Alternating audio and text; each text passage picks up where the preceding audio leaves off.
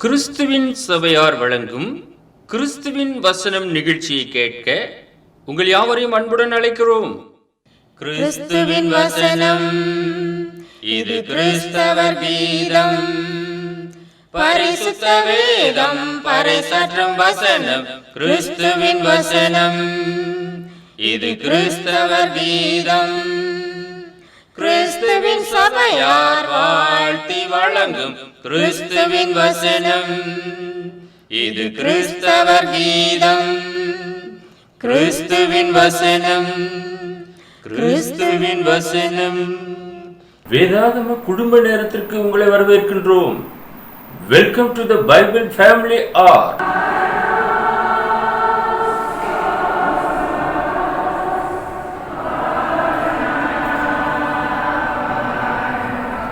நம்முடைய ஆண்டவரும் இரட்சகருமாகிய இயேசு கிறிஸ்து சொல்லியிருக்கிறார், வேத வாக்கியங்களை ஆராய்ந்து பாருங்கள், அவைகளால் உங்களுக்கு நித்திய ஜீவன் உண்டென்று எண்ணுகிறீர்களே, என்னை குறித்து சாட்சி கொடுக்கிறவைகளும் அவைகளே என்று. யோவான் எழுதின சுவிசேஷம் 5வது அதிகாரம் 39வது வசனம். எனவே நாமும் வேத வாக்கியங்களை ஆராய்ந்து கற்றுக்கொள்ளுவோம். நேயர்களாகி உங்கள் யாவரையும் நம்முடைய ஆண்டவராகிய இயேசு கிறிஸ்துவின் பரிசுத்தமான நாமத்தில் வாழ்த்தி வரவேற்பதிலே மிகுந்த மகிழ்ச்சி அடைகிறோம். இன்றைய நாள் குடும்ப நேர நிகழ்ச்சிக்காக தீத்துவின் குடும்பம், த ஃபேமிலி ஆஃப் டைட்டஸ், அப்போஸ்தலனாகிய பவுல் தீத்துவுக்கு எழுதின கடிதத்திலே நாம் பார்க்கிறோம். தீத்து 1வது அதிகாரம் 1வது வசனம். தேவனுடைய ஊழியக்காரனும் இயேசு கிறிஸ்துவுடைய அப்போஸ்தலனாகிய பவுல் பொதுவான விசுவாசத்தின்படி உத்தம குமாரனாகிய தீத்துவுக்கு எழுதுகிறதாவது, உத்தம குமாரன் என்று சொல்லுகிறார். அப்போஸ்தலனாகிய பவுலுக்கு திருமணமே ஆகவில்லை. ஆனால் ஆவிக்குரிய பிள்ளைகள் நிறைய வந்திருக்கிறாங்க. தீமோத்தேயு ஒரு குமாரன், அதே போல தீத்து ஒரு குமாரன். ஒனேசிமு, நான் பெற்ற என் மகனாகிய ஒனேசிமுக்காக உம்மை மன்றாடுகிறேன் என்று பிலமோனுக்கு எழுதியிருக்கிறார். ஆக அதிகமாக சகோதரர்களை நேசித்திருக்கிறார். எனவே தீத்துக்கு எழுதும்போது பொதுவான விசுவாசத்தின்படி உத்தம குமாரனாகிய தீத்துவுக்கு எழுதுகிறதாவது என்று எழுதியிருக்கிறார். இந்த தீத்து ஒரு கிரேக்கன். கலாத்தியர் 2வது அதிகாரம் 3வது வசனம். ஆனாலும் என்னுடனே கூட இருந்த தீத்து கிரேக்கனாய் இருந்தும் விருத்த சேதனம் பண்ணிக்கொள்ளும்படிக்கு கட்டாயம் பண்ணப்படவில்லை. அவன் ஒரு கிரேக்கன், ஆனாலும் விருத்த சேதனம் செய்யவில்லை. ஏனென்றால் அவனை கட்டாயம் பண்ணவில்லை என்று நாம் அறிந்து கொள்கிறோம். கிரேக்கர் யார் என்று பார்க்கும்போது அவர்கள் ஞானத்தை தேடக்கூடியவர்கள். 1 கொரிந்தியர் 1வது அதிகாரம் 22வது வசனம். யூதர்கள் அடையாளத்தை கேட்கிறார்கள், கிரேக்கர் ஞானத்தை தேடுகிறார்கள். For the Jews require a sign and the Greeks seek after wisdom. அவர்கள் ஞானத்தை தேடக்கூடியவர்கள் கிரேக்கர்கள். இன்றைக்கும் கிரேக்கர்கள் இருக்கிறார்கள். அவர்கள் ஞானத்திற்கு மிக முக்கியத்துவம் கொடுப்பார்கள். ஆனால் பரிசுத்த வேதாகமத்திலே பார்க்கும்போது ஞானி எங்கே, வேத பாரகன் எங்கே என்றெல்லாம் நாம் வேதத்திலே பார்க்கிறோம். இவ்வுலகத்தின் ஞானத்தை தேவன் பைத்தியமாக்கவில்லையா? அதுதான் நடைபெற்று கொண்டு வருகிறது. பைத்தியமாக தோன்றக்கூடிய பிரசங்கத்தினாலே விசுவாசிகளை ரட்சிக்க தேவனுக்கு பிரியமாயிற்று. ஆகையினாலே இந்த உலகத்திலே அற்பமாய் எண்ணப்பட்டவர்களையும் இழிவாக எண்ணப்பட்டவர்களையும் கல்வி அறிவு இல்லாதவர்களையும் பிதாவாகிய தேவன் தேர்வு செய்து இந்த உன்னதமான ஊழியத்தை கட்டி எழுப்பியிருக்கிறார் என்பதை நாம் அறிந்து கொள்கிறோம். ஆனால் கிரேக்கர்கள் ஞானத்தை தேடக்கூடியவர்கள்.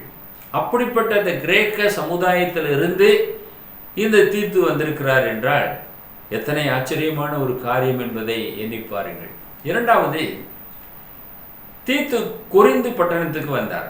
அதனாலே அவர் ஆறுதல் அடைந்தார். அப்போஸ்தலனாகிய பவுல் 2 கொரிந்தியர் 7வது அதிகாரம் 5-7 வசனங்கள். எப்படி என்றால், நாங்கள் மக்கதோனியா நாட்டிலே வந்தபோது எங்கள் சரீரத்திற்கு இளைப்பாறுதல் ஒன்றும் இல்லாமல் எப்பக்கத்திலேயும் உபத்திரப்பட்டோம். புறம்பே போராட்டங்களும் உள்ளே பயங்களும் இருந்தன. ஆகிலும் சிறுமைப்பட்டவர்களுக்கு ஆறுதல் செய்கிற தேவன் தீர்த்து வந்ததினாலே எங்களுக்கு ஆறுதல் செய்தார். பெரிய ஊழியக்காரர் அப்போஸ்தலனாகிய பவுல். ஆனால் தீத்து உடன் ஊழியன். அவர் வந்ததினாலே அப்போஸ்தலனாகிய பவுலே ஆறுதல் அடைந்திருக்கிறார். சிறுமைப்பட்டவர்களுக்கு ஆறுதல் செய்கிற தேவன் நம் தேவன். நாம் சிறுமையாக இருக்கிறோமே என்று எண்ணி கவலை கொள்ள வேண்டிய அவசியமே இல்லை. அவர் கண்ணோக்கி பார்க்கிறார். ஆகாரின் கண்ணீரை கண்ட தேவன் இன்றைக்கு உங்களுடைய கண்ணீர், என்னுடைய கண்ணீரை காண்கிற தேவனாக இருக்கின்றார். எனவே சிறுமைப்பட்டவர்களுக்கு கர்த்தர் உதவி செய்ய அறிந்திருக்கிறார் என்று நாம் அறிகிறோம். கொரிந்து சபையிலே இவன் ஊழியம் செய்திருக்கிறான். 2 கொரிந்தியர் 8வது அதிகாரம் 6வது வசனம். ஆதலால் தீத்து இந்த தர்ம காரியத்தை உங்களிடத்தில் தொடங்கினபடியே அதை முடிக்கவும் வேண்டும் என்று அவனை கேட்டுக்கொண்டு அவராலே அந்த சபையானது கட்டி எழுப்பப்பட்டிருக்கிறது என்பதை நாம் இதன் வழியாக அறிந்து கொள்ள முடிகிறது. மேலும் பவுலுக்கு உடன் கூட்டாளியாக இருந்திருக்கிறார், உடன் வேலையாளாக இருந்திருக்கிறார். 2 கொரிந்தியர் 8வது அதிகாரம் 23வது வசனம். தீத்துவை குறித்து ஒருவன் விசாரித்தால் அவன் எனக்கு கூட்டாளியும் உங்களுக்காக என் உடன் வேலையாளுமாய் இருக்கிறான் என்று எங்கள் சகோதரை குறித்து ஒருவன் விசாரித்தால் அவர்கள் சபைகளுடைய ஸ்தானாபதிகளும் கிறிஸ்துவுக்கு மகிமையாய் இருக்கிறார்கள் என்றும் அறிய கடவர்கள். மெசஞ்சர்ஸ், ஸ்தானாபதிகள். அன்பானவர்களே, இன்றைக்கும் சபையிலே அநேக ஸ்தானாபதிகள் எழும்ப வேண்டும். சபை கர்த்தருக்குள்ளாக வளருவதற்கு அது ஒரு நல்ல ஒரு வாய்ப்பாக இருக்கிறது. உடன் வேலையாளாக பணி செய்திருக்கிறார், கூட்டாளியாக இருந்திருக்கிறார். ஒரு காரியத்தை செய்வதற்கு உடன் பங்காளிகளாக இருக்க வேண்டும், கூட்டாளிகளாக இணைந்து அந்த காரியத்தை செய்து நிறைவேற்ற வேண்டும். இயேசு சொல்லுகிறார் அல்லவா, என் நாமத்தினாலே எங்கே 2-3 பேர் கூடுவீர்களோ அங்கே நான் இருப்பேன். அந்த 2-3 பேர் ஒருமனப்பட்டவர்களாக கூடும்போது அந்த காரியம் கைகூடி வருகிறது. அந்த விதத்திலே பவுலோடு கூட ஒரு கூட்டாளியாக இருந்திருக்கிறார் தீத்து, உடன் வேலையாளுமாக இருந்திருக்கிறார். உடன் வேலையாட்கள் என்று சொல்லும்போது ஒத்த கருத்து உடையவர்கள், ஒத்த சிந்தை உடையவர்கள், ஒன்றாக இணைந்து பணியாற்றக்கூடியவர்கள். அவர்கள்தான் இப்படி ஒன்றாக இணைந்து பணியாற்ற முடியும். அந்த விதமாக ஒரு உடன் ஊழியனாக இருந்து கொண்டு தீத்து அப்போஸ்தலனாகிய பவுலுக்கு பேர் உதவியாக இருந்திருக்கிறார் என்பதை இந்த வசனங்கள் வாயிலாக நாம் அறிந்து கொள்கிறோம். 3வதாக தீத்துவை பற்றி நாம் படிக்கும்போது, அதாவது எதிர்பாராது கர்த்தருடைய பணியை செய்த ஒரு சகோதரன். ஏதாவது கொடுப்பார்கள் என்று எதிர்பார்த்து காத்திருப்பதில்லை. இதுக்கு சில ஊழியக்காரங்கள் இருக்கிறாங்க, ஒவ்வொரு வீட்டுக்காக போவாங்க. ஒரு 6 மாதத்துக்கு ஒரு முறை விசிட் அடிச்சிருவாங்க. அப்போ 6 மாதத்தில் அவங்க கொஞ்சம் மறந்துடுவாங்க. 6 மாதம் கழித்து தானே வந்திருக்கிறாரு ஊழியக்காரர், ஏதோ செய்வோமே. அந்த ஊழியக்காரர் ஒரு கணக்கு வச்சுருப்பார். ஒரு மாதத்துக்கு இத்தனை வீடு சந்திக்கணும், 6 மாதத்துக்கு இத்தனை வீடு. இவர் வெறும் வீடு சந்திக்கிறது தான், அதாவது வசூல் வேட்டை. அப்படி போவாங்க, அப்படியே ஒரு ரவுண்டு போயிட்டு அப்படியே வீட்டுக்கு போயிடுவாங்க. அவ்வளோதான், இதுதான் ஊழியம் என்று நினைக்கிறாங்க. சில சகோதரிமார்கள் என்னிடத்துல சொன்னாங்க, அவர் வருகிறார் என்று தெருவிலே பார்த்த உடனே ஓடி போய் கதவை அடைச்சிக்குவாங்க. எதுக்குன்னா காசுக்கு தான் வருவார். கதவை தட்டிட்டு ஆன்லைன்னு போயிடுவார். ஆக ஒரு ஊழியக்காரன் மற்றவர்களை பொய் சொல்ல வைக்கிறார். இப்படி ஒரு வசூல் வேட்டையிலே ஊழியம் செய்வோம் என்றால் அது ஒரு ஊழியமே அல்ல. தீத்து பாருங்க எப்படி ஊழியம் செய்திருக்கிறார் என்று வசனமானது சொல்லுகிறது. 2 கொரிந்தியர் 12வது அதிகாரம் 18வது வசனம். தீத்து உங்களிடத்தில் ஏதாவது பொழிவை தேடினானா? நாங்கள் ஒரே ஆவி உடையவர்களாய் ஒரே அடிச்சுவடுகளில் நடந்தோம் அல்லவா? அவன் ஏதாவது ஒரு பொழிவை தேடினானா? உங்களிடத்துல காசு பணம் ஏதாவது எதிர்பார்த்தானா? இல்லையே. நாங்கள் ஒரே ஆவியை உடையவர்களாக இருந்தோம். ஒரு பானைக்கு ஒரு சோறு பதம் என்று சொல்வார்கள். ஒரு சோறு அவங்க பார்த்தா தெரிஞ்சிடும், வெந்திருச்சக்கா வேகலையான்னு. ஒரு சபையில் ஒரு நபர் எப்படி இருக்கிறாரோ அந்த சபை எப்படி என்பதை நாம் கண்டுகொள்ளலாம். ஒருத்தர் தவறு செய்வார் என்றால் அந்த சபை முழுவதுமே அது பாதிக்கும். அங்கே இஸ்ரவேலிலே ஆயி பட்டணத்திலே தோற்று போனார்கள். ஆகான் செய்த பாவம், ஒரே ஒருத்தன் தான் தவறு செய்தான். ஆனால் ஆயி பட்டணம் சின்ன பட்டணம், அதில் போய் இஸ்ரவேலர்கள் தோற்று போனாங்க. எரிகோவில் வெற்றி அடைந்தார்கள், ஆயி பட்டணத்திலே தோற்று போனாங்க. அப்போ ஒரு மனிதனுடைய பாவம் இஸ்ரவேல் பாளையம் முழுவதுமே பாதித்தது. அதே போல இன்றைக்கு கர்த்தருடைய சபையிலே ஒரு நபர் பாவம் செய்திருக்கலாம், அந்த சபை முழுவதுமே அந்த பாவம் பற்றி கொள்ளும். எனவே அப்படிப்பட்ட நபர்களை நாம் எச்சரிக்க வேண்டியது அவசியம். ஆனால் பவுலோடு பணியாற்றின இந்த தீத்து எந்த ஒரு பொழிவுமே அவன் நாடவில்லை. நாங்கள் ஒரே ஆவி உடையவர்களாய் இருந்தோம், ஒரே அடிச்சுவடுகளில் நடந்தோம் அல்லவா. ஒரே அடிச்சுவடு தான் நம்ம எல்லாருக்குமே வைக்கப்பட்டிருக்கிறது, கிறிஸ்துவனுடைய அடிச்சுவடு. அவர் நமக்கு மாதிரியை பின்வைத்து போயிருக்கிறார். அந்த மாதிரியினுடைய வழியிலே தான் நாம் கடந்து செல்ல வேண்டும். இயேசுவினுடைய அடிச்சுவடுகளை அடிப்படாமல் பின்பற்ற வேண்டும். இன்றைக்கு உங்களுடைய சபை அந்த விதமாக பின்பற்றி கொண்டு இருக்கிறதா? ஒரே சபை, ஒரே மெய்ப்பெண் தான். இன்றைக்கு எத்தனை சபைகள் இருக்கிறது, எத்தனை மெய்ப்பொருள் ஏற்படுத்தப்பட்டிருக்கிறார்கள். அன்பான சகோதரனே சகோதரியே, பரிசுத்த வேதாமத்துக்கு திரும்புங்கள். இந்த தீத்து கர்த்தருடைய குடும்பத்தில் ஒரு அங்கத்தினனாக இருந்தான். அவனுடைய குடும்பத்தை பற்றி நாம் அதிகமாக பார்க்க முடியவில்லை, அவனுடைய பிள்ளைகளை பற்றியும் பார்க்க முடியவில்லை. ஆனால் இவனுக்கு அப்போஸ்தலனாகிய பவுல் எழுதினது எல்லாமே மூப்பர்களை பற்றியதான காரியங்களை அதிகமாக எழுதியிருக்கிறார். நாம் நான்காவதாக அதைத்தான் நாம் தியானம் செய்கிறோம். மூப்பரை ஏற்படுத்த பவுல் ஒரு ஆலோசனை சொல்லுகிறார்.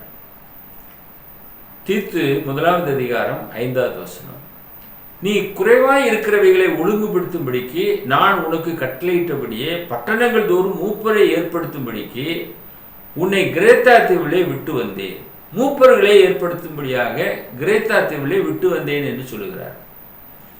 இப்ப மூப்பர்களை ஏற்படுத்த வேண்டிய ஒரு பொறுப்பு இவனுக்கு கொடுக்கப்பட்டிருக்கிறது. ஆக சபைகளிலே மூப்பர்கள் அவசியம். மூப்பர்கள் எப்படி இருக்க வேண்டும்? அவர்கள் சில தகுதி அம்சங்களை உடையவர்களாக இருக்க வேண்டும்.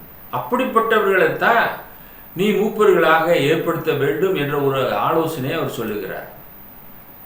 எனவே சபைகளிலே அந்த குறைவாக இருக்கிறவைகளை ஒழுங்குபடுத்த வேண்டும். பல வருடங்களாக இருக்கிறாங்க, சபையில் மூப்பர் எல்லாமே இருக்கும். அப்படி இருக்கக்கூடாது. யாராவது மூப்பருக்குரிய தகுதியானவர்கள் முன்னுக்கு வர வேண்டும். சபைகளிலே ஒன்றுக்கு மேற்பட்ட மூப்பர்கள் தான் நியமனம் செய்ய வேண்டும். ஒரு குடும்பம் தான் தகுதியாக இருக்கலாம், அதுக்காக அந்த ஒரு குடும்பத்தை நாம் மூப்பராக நியமித்து விட முடியாது. மற்ற குடும்பங்களும் தகுதியானவர்கள் எழும்பி வருகிற வரைக்குமாக அந்த சபை காத்திருக்க வேண்டும். ஆக இப்படியாக மூப்பர்களை ஏற்படுத்தும்படி உன்னை கிரேத்தா தீவிலே விட்டு வந்தேன் என்று சொல்லுகிறார். மேலும் தீத்துக்கு எழுதும்போது தீத்து 2வது அதிகாரம் 15வது வசனம், இவைகளை நீ பேசி போதித்து சகல அதிகாரத்தோடும் கடிந்து கொள் என்று சொல்லுகிறார். ஒருவனும் உன்னை அசட்டை பண்ண இடம் கொடாதிருப்பாயாக. கடிந்து கொண்டு நீ போதனை செய்ய, அசட்டை பண்ண இடம் கூடாதிருப்பாயாக. லெட் நோ மேன் டிஸ்பைஸ் தி. ஒருவனும் உன்னை அசட்டை பண்ண இடம் கூடாதே. இன்றைக்கு ஒரு ஊழியன் அசட்டை பண்ணப்படுவதற்கு இடம் கொடுப்பானே என்றால் அவனுடைய வார்த்தையை மதிக்க மாட்டார்கள். அவன் ஒரு ஊழியன், கர்த்தருடைய பணியாள் என்பதிலே அவன் கடுகளவிலும் விட்டு கொடுக்க கூடாது. சும்மா ஜோக் அடிக்கிறது, கிண்டல் பண்ணுவது, இதெல்லாம் கர்த்தருடைய ஊழியர்களுக்கு தகாத காரியங்கள். ஒருபோதும் அதை நாம் செய்யவே கூடாது. ஜனங்களை உற்சாகப்படுத்த வேண்டும், உற்சாகமான வார்த்தைகளை சொல்லலாம். ஆனால் சும்மா சதா ஜோக்கடித்து கொண்டே இருப்போம் என்றால் அது நல்லதல்ல. கடிந்து கொள்ள வேண்டும் என்றுதான் அவர் சொல்றார். கடிந்து கொள், சகல அதிகாரத்தோடும் கடிந்து கொள். ஆண்டவராய் இயேசு கிறிஸ்து பரிசேயரே சதுசேயரே உங்களுக்கு ஐயோ என்று சொன்னார். ஆக அவர் கடிந்து கொண்டு உபதேசம் செய்தார் என்று பார்க்கிறோம். ஒரு ஊழியர் கடிந்து கொண்டு உபதேசம் செய்ய வேண்டும். தவறுகளை அவன் சுட்டிக்காட்ட வேண்டியவனாக இருக்கின்றான். கடைசி நாளிலே கிரேத்தா தீவுக்கு போய் ஒரு மூப்பனாக இருந்து மரித்ததாக வரலாறு சொல்லுகிறது. வரலாற்று ஆசிரியர்கள் சொல்லுகிறார்கள். தீத்துனுடைய கடைசி கால வாழ்க்கை எப்படி இருந்தது? அவன் ஒரு அங்கே தீவுக்கு கடந்து சென்றிருக்கிறான், கிரேத்தா தீவுக்கு. அங்கே உள்ள சபையில் ஒரு மூப்பனாக இருந்து வெகு நாட்கள் உயிரோடு இருந்து அவன் மரித்ததாக சொல்லப்படுகிறது. ஐந்தாவதாக நாம் பார்க்கும் நமக்கான பாடம் என்ன? வாக்குத்தத்தத்தை பவுல் நினைப்பூட்டுகிறார். தீத்து 1 அதிகாரம் 3 பொய்யுரையாத தேவன் ஆதி காலம் முதல் நித்திய ஜீவனை குறித்து வாக்குத்தத்தம் பண்ணி அதை குறித்த நம்பிக்கையை பற்றி தேவ பக்திக்கு ஏதுவான சத்தியத்தை அறிகிற அறிவும் விசுவாசமும் தேவனால் தெரிந்து கொள்ளப்பட்டவர்களுக்கு உண்டாகும்படி என்று எழுதியிருக்கிறார். ஆதி காலம் முதலாக தேவன் வாக்குத்தத்தத்தை நமக்கு நினைப்பூட்டுகிறார். நித்திய ஜீவனை குறித்து வாக்குத்தத்தம் செய்திருக்கிறார். அதை குறித்த நம்பிக்கையை பற்றி தேவ பக்திக்கு ஏதுவான சத்தியத்தை அறிகிற அறிவும் விசுவாசமும் தேவனால் தெரிந்து கொள்ளப்பட்டவர்களுக்கு இருக்கிறது. அதுக்கு தான் நம்ம தேவனை அறிகிற அறிவிலே வளர்கிறோம். கர்த்தராகிய இயேசு கிறிஸ்துவை அறிகிற அறிவிலும் பிதாவாகிய தேவனை அறிகிற அறிவிலும் நாம் வளர்கிறோம். வேத வாக்கியங்களை தொடர்ந்து நாம் ஆராய்ந்து கற்றுக்கொள்கிறோம். தேவன் நமக்கு ஒரு நிலையான ஒரு வாக்குத்தத்தத்தை செய்திருக்கிறார். நித்திய ஜீவனை கொடுப்பேன் என்பதே அவர் செய்த வாக்குத்தத்தம்.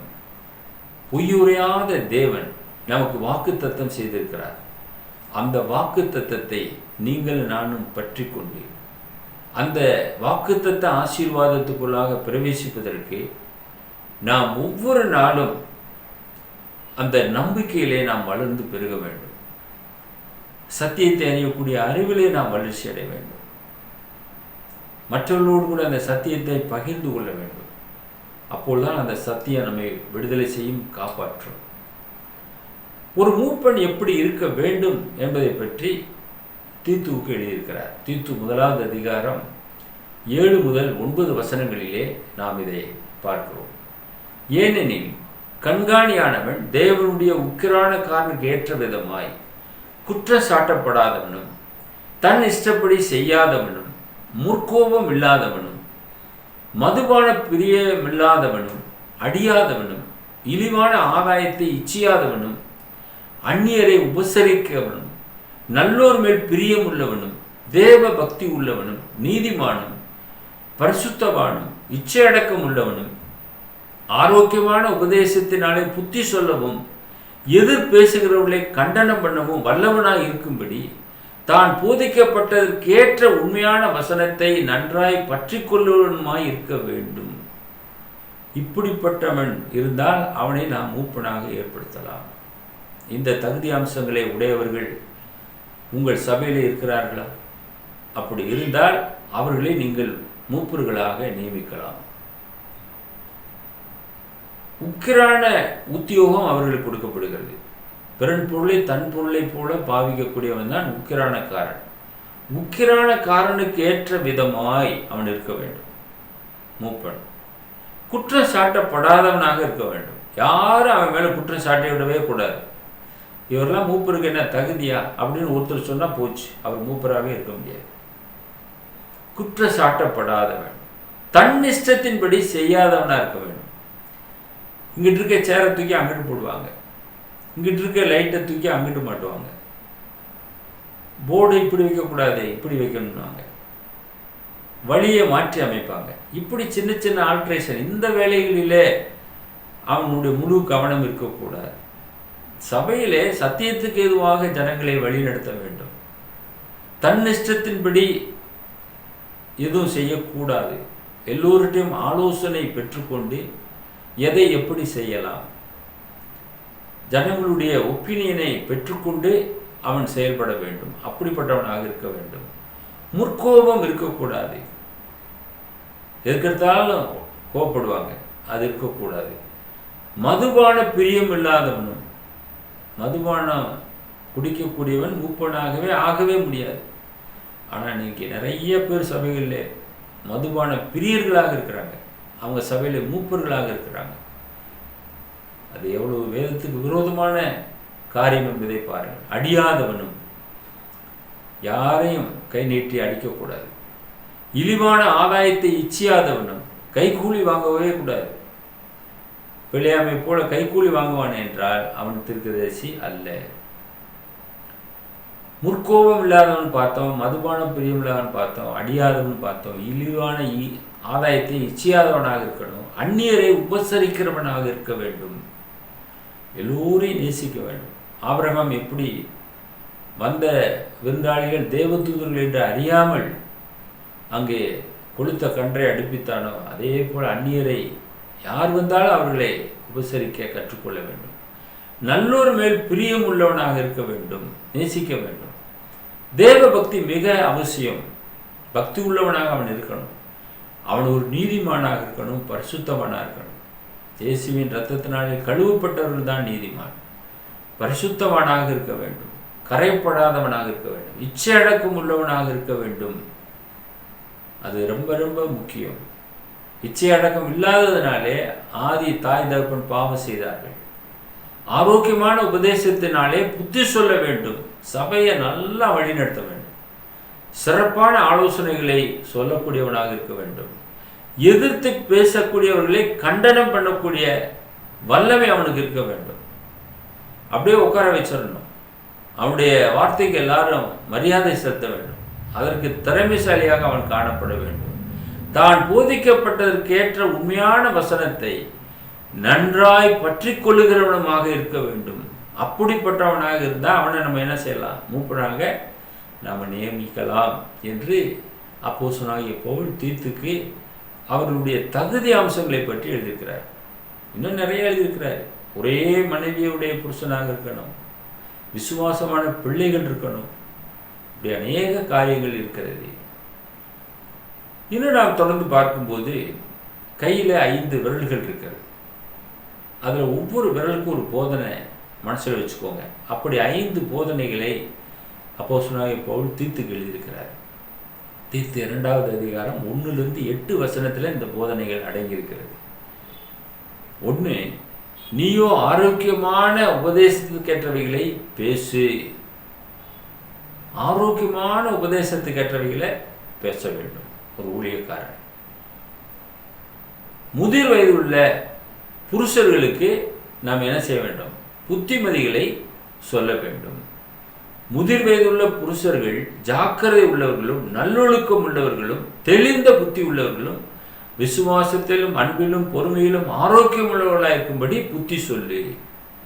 ஆக முதிர் வயதில் உள்ள புருஷர்களுக்கு இந்த புத்திமதிகளை சொல்ல வேண்டும். 2வது, முதிர் வயதுள்ள ஸ்திரீகள். முதிர் வயதுள்ள ஸ்திரீகளும் அப்படியே பரிசுத்தத்துக்கு ஏற்ற விதமாய் நடக்கிறவர்களும் அவதூறு பண்ணாதவர்களும் மதுபானத்துக்கு அடிமைப்படாதவர்களாய் இருக்கவும் அவர்களுக்கு புத்தி சொல்லு. முதிர் வயதுள்ள புருஷர்கள், முதிர் வயதுள்ள ஸ்திரீகள். 3வது, பாலிய ஸ்திரீகள். தேவ வசனம் தூசிக்கப்படாதபடிக்கு பாலிய ஸ்திரீகள் தங்கள் புருஷரிடத்தில் தங்கள் பிள்ளைகளிடத்தில் அன்புள்ளவர்களும் தெளிந்த புத்தி உள்ளவர்களும் கற்புள்ளவர்களும் வீட்டிலே தரித்திருக்கிறவர்களும் நல்லவர்களும் தங்கள் புருஷருக்கு கீழ்ப்படிகளுமாய் இருக்கும்படி அவர்களுக்கு படிப்பிக்கத்தக்க நற்காரியங்களை போதிக்கிறவர்களாக இருக்கவும் முதிர் வயதுள்ள ஸ்திரீகளுக்கும் புத்தி சொல்லு என்று எழுதுகிறார். ஆக பாலிய ஸ்திரீகளும் எப்படி இருக்க வேண்டும் என்பதை பற்றி மிக தெளிவாக எழுதியிருக்கின்றார். பிள்ளைகள் இடத்துல அன்பாக இருக்கணும், தெளிந்த புத்தியாக இருக்கணும், கற்புள்ளவர்களாக இருக்கணும், வீட்டிலே தரித்திருக்க வேண்டும், தங்கள் புருஷர்களுக்கு கீழ்ப்படுகிறவர்களாக இருக்க வேண்டும், தேவ வசனம் தூசிக்கப்படுவதற்கு இடம் கொடுத்துடக்கூடாது. 4வது, பாலிய புருஷர்கள். பாலிய ஸ்திரீகள் சொல்லும் போது பாலிய புருஷர்களுக்கு சொல்றார். அப்படியே பாலிய புருஷரும் தெளிந்த புத்தி உள்ளாக இருக்கவும் நீ புத்தி சொல்லி எழுது அப்படின்றார். அதாவது பாலிய புருஷர்கள் தெளிவானவர்களாக இருக்க வேண்டும். தெளிவாக இருந்தால் தானே தெளிவாக குடும்பத்தை நடத்த முடியும். ஆக தெளிவு மிக அவசியம். 5வதாக தீத்துக்கு ஒரு ஆலோசனை சொல்றார். நீயோ எல்லாவற்றிலும் உன்னை நற்கிரியைகளுக்கு மாதிரியாக காண்பித்து என்று சொல்கிறார். In all things show thyself a pattern of good works. எல்லாவற்றிலும் உன்னை நீ முதலாவது மாதிரியாக காண்பி. ஒரு ஊழியக்காரன் அவன் சபைக்கு முதலாவது மாதிரியாக இருக்க வேண்டும். எதிரியானவன் உங்களை குறித்து பொல்லாங்கு சொல்வதற்கு ஒன்றும் இல்லாமல் வெட்கப்படத்தக்கதாக உபதேசத்திலே விகற்பம் இல்லாதவனும் நல்லொழுக்கம் உள்ளவனும் குற்றம் பிடிக்கப்படாத ஆரோக்கியமான வசனத்தை பேசுகிறவனுமாய் இருப்பாயாக. ஆரோக்கியமான ஒரு உபதேசத்தை அவன் டீச் பண்ண வேண்டும். ஆக ஒரு கையில் 5 விரல்களே ஞாபகத்தில் வச்சுக்கோங்க. முதிர் வயதுள்ள புருஷர்கள், முதிர் வயதுள்ள ஸ்திரீகள், பாலிய ஸ்திரீகள், பாலிய புருஷர்கள். நம்மை பாருங்க. அடுத்ததாக பேசக்கூடிய நபர் வேதாகமும் இருபுறமும் கருக்குள்ள பட்டயம். மற்றவங்களையும் வெட்டும், நம்மளையும் வெட்டும். போதிக்கிறவரும் சரியா இருக்கணும். நீயோ எல்லாவற்றிலும் உன்னை நற்கிரியலுக்கு மாதிரியாக காண்பி. எதிரியானவன் உங்களை குறித்து பொல்லாங்கு சொல்வதற்கு ஒன்றுமே இருக்கக்கூடாது. அவன் வெட்கப்பட்டு போக வேண்டும். உபதேசத்தில் விகற்பம் இல்லாதவனும் நல்லொழுக்கம் உள்ளவனும் குற்றம் பிடிக்கப்படாத ஆரோக்கியமான வசனத்தை பேசுகிறவனுமாய் இருப்பாயாக. அப்படி இருப்பீர்களா? அப்படி இருக்கத்தக்கதாக நாங்கள் உங்களுக்காக, உங்களுடைய குடும்பத்திற்காக, உங்களுடைய குடும்பத்தில் இருக்கிறதான உறவுகள் யாவருக்காக நாங்கள் பாரத்தோடு ஜெபம் பண்ணுகிறோம். தீத்து ஒரு அருமையான ஒரு சகோதரன், பவுலோடு இணைந்து பணியாற்றிய உடன் ஊழிய கூட்டாளி என்றெல்லாம் நான் வேதத்திலே பார்த்தோம் அல்லவா? நீங்கள் ஒரு ஊழியக்காரருக்கு உடன் ஊழியனாக, கூட்டாளியாக இருந்து அந்தந்த சபைகள் கட்டப்படுவதற்கு உதவியாக இருந்து ஊக்கமாக ஊழியம் செய்யுங்கள். உங்களுடைய ஊழியத்தை கர்த்தர் ஆசீர்வதிக்கத்தக்கதாக உங்களுக்காக நாங்கள் பாரத்தோடு ஜெபம் பண்ணுகிறோம். எங்களை நேசித்து வழிநடத்துகிற பரலோகத்தின் பிதாவே, இந்த நாளில் தீத்துவின் குடும்பத்தை குறித்து நாங்கள் அதிகமாக தியானம் செய்தோம். அப்போஸ்தலனாகிய பவுல் கொடுத்த ஆலோசனைகள் மிக சிறப்பான ஆலோசனைகளை தீத்துக்கு வழங்கினதை நாங்கள் தியானம் செய்தோம். நாங்களும் அந்த ஆலோசனைகளை பெற்றுக்கொண்டு ஊழியக்காரர்களுக்கு உடன் ஊழியக்காரர்களாக, கூட்டாளிகளாக இருந்து கொண்டு சபை கட்டப்பட எல்லா வகையிலும் ஒத்துழைப்பாக இருந்து உதவி செய்ய உம்முடைய வல்லமையுள்ள வசனம் எங்களை ஆட்கொண்டு கரம் பிடித்து வழிநடத்த வேண்டுமாய் எங்கள் அன்பின் ஆண்டவர் இயேசு கிறிஸ்துவின் விலையேற பெற்ற நாமத்தில் இந்த ஜெபத்தை தாழ்மையோடு ஏறெடுக்கிறோம் எங்கள் பரலோகத்தின் பிதாவே. ஆமென். பூமி ஒழிந்து போனாலும் வார்த்தை என்றும் வராதே. இவ்வாழ்க்கை அழிந்து மறைந்து போம், விசுவாசி என்றென்றும் நிலைப்பார். அல்லேலூயா, அல்லேலூயா, அல்லேலூயா, ஆமென். கர்த்தர் கிரியைகள் நாங்கள் கிருபை எங்கள் மேல் ஊற்றிடுவீரே. ஆவியாத்மா சரீரம் உம் சொந்தமே, அதை சாத்தான் தொடாமல் காப்பீரே. கர்த்தர் கிரியைகள் நாங்கள் கிருபை எங்கள் மேல் ஊற்றிடுவீரே. ஆவியாத்மா சரீரம் உன் சொந்தமே, அதை சாத்தான் தொடாமல் காப்பீரே. எங்கள் முகவரி the word of Christ, post office box number 5, Batlagundu 624202, south India. அவர் mobile number 9443558041. Another number 6379350509. Email address urgentandglory@gmail.com. View our The Word of Christ program on YouTube channel. May God bless you all. மீண்டும் அடுத்த நிகழ்ச்சியில் உங்களை சந்திக்கும் வரை கர்த்தருடைய கிருபை நம் அனைவரோடும் கூட இன்றும் என்றும் சதா காலங்களிலும் இருப்பதாக.